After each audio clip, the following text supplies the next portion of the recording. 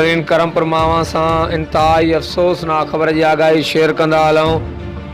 करमपुर भरिसां ॻोठ रफ़ीक अहमद बिजराणी वटि खरड़ो लिंक रोड भरिसां नामालूम हथियारबंदनि पारां हरकाईंदड़ जाफ़री बिरादरी खां ट्रैक्टर फुड़ करण जी कोशिश।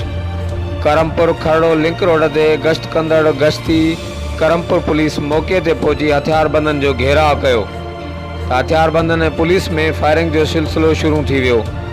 एसएचओ करमपुर अब्दुल मजीद बिरोही जी अॻुवाणी में करमपुर पुलिस जी वधीक नफ़री वाक़े वारे हंधि पहुती। हथियारबंद अंधेरे जो फ़ाइदो वठी नामालूम हंधि फ़रार थी विया।